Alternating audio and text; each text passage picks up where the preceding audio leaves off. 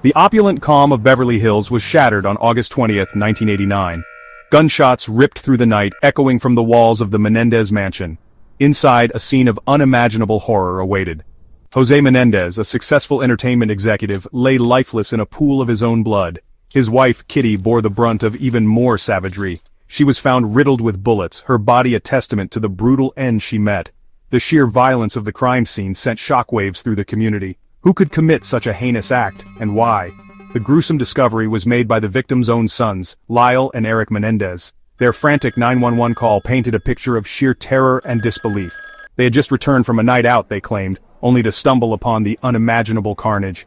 Their voices, thick with feigned horror, echoed the shock that gripped the nation. The idyllic facade of the Menendez family had been brutally ripped apart, revealing a dark undercurrent that no one could have predicted. In the wake of the murders, Lyle and Eric became objects of both sympathy and suspicion. They were grieving sons, thrust into the media spotlight.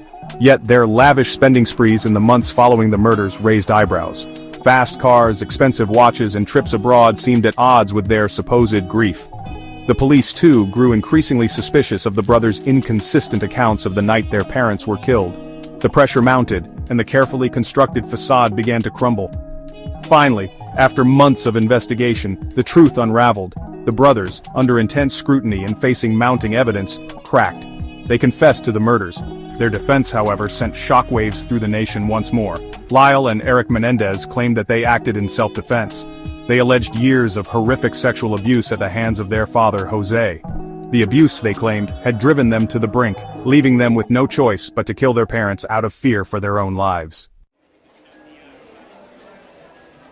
The Menendez brothers' trial became a media sensation. The nation was captivated by the shocking details of the case. The courtroom became a stage for a dramatic clash of narratives.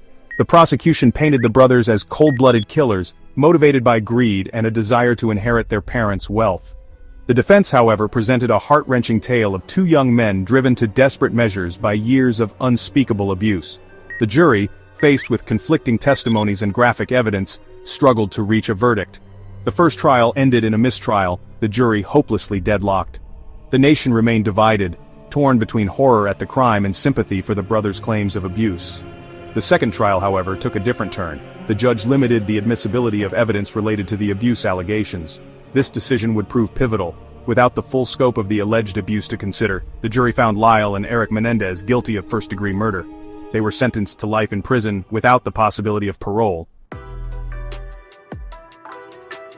For years, the Menendez brothers remained imprisoned, their case seemingly closed. However, the passage of time did not diminish the public's fascination with the case. Then, in 2023, a glimmer of hope emerged for Lyle and Eric. New evidence surfaced, casting doubt on the fairness of their original trial.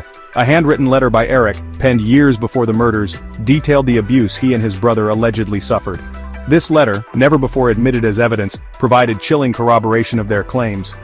Adding further weight to their case, a former member of the popular boy band Menudo came forward with shocking allegations. He claimed that he too had been abused by Jose Menendez, a revelation that sent shockwaves through the entertainment industry.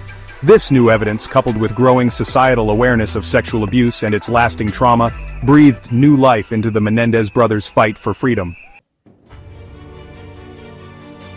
Section 5, A Battle for Justice Resentencing Recommendations Clash. Armed with compelling new evidence, the Menendez brothers' legal team filed a habeas corpus petition in 2023. Their aim was clear, to have their convictions overturned or, at the very least, to secure a resentencing hearing. The petition argued that the exclusion of crucial evidence during their original trial had prejudiced the jury against them.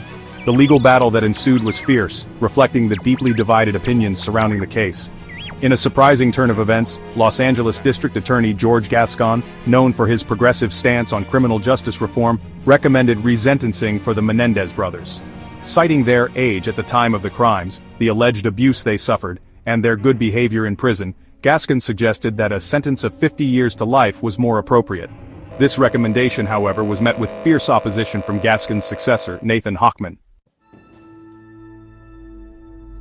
Section 6. Awaiting fate's verdict, sentencing hearings and clemency plea. The battle over the Menendez brothers' fate continued into 2025. Despite the opposition of the new district attorney, Judge Michael Jessic ruled in favor of allowing resentencing hearings to proceed. This decision marked a significant victory for Lyle and Eric, offering a glimmer of hope that their case would be re-examined in light of the new evidence and evolving societal views on abuse. In a parallel effort to secure their release, the Menendez brothers' legal team submitted a clemency plea to California Governor Gavin Newsom. This plea, a direct appeal for mercy, highlighted the brothers' remorse, their rehabilitation efforts in prison, and the alleged mitigating circumstances surrounding their crimes. The plea was forwarded to the parole board, which will play a crucial role in assessing the brothers' suitability for potential release. Section 7. Shadows of Doubt. Conflict of interest allegations arise. As the legal battle raged on, allegations of a conflict of interest threatened to further complicate the already convoluted case. Attorney Brian Friedman, representing the Menendez brothers, accused District Attorney Nathan Hochman of harboring a personal bias against his clients. Friedman pointed to alleged connections between Hochman's staff and members of the extended Menendez family who opposed the brothers' release. Hochman vehemently denied the allegations, maintaining that his office's opposition to resentencing was based solely on the facts of the case and the interest of justice. Despite his denials, the allegations cast a shadow of doubt over the proceedings, fueling public skepticism about the impartiality of the justice system. The conflict of interest allegations added yet another layer of complexity to an already emotionally charged and legally tangled case. Section 8. Divided loyalties, family, public opinion, and influencers. The Menendez brothers' case has always elicited strong reactions from the public. The horrific nature of the crimes, coupled with the salacious details of wealth and alleged abuse, captivated the nation's attention. Over the years, public opinion has remained divided. Some believe that justice was served with the brothers' life sentences, viewing them as cold-blooded killers deserving of their fate. Others, however, have grown increasingly sympathetic, swayed by the emerging evidence of abuse and the brothers' expressions of remorse. Within the Menendez family itself, loyalties are similarly divided. While some family members have remained steadfast in their belief that Lyle and Eric are guilty and deserve their punishment, others have become vocal advocates for their release.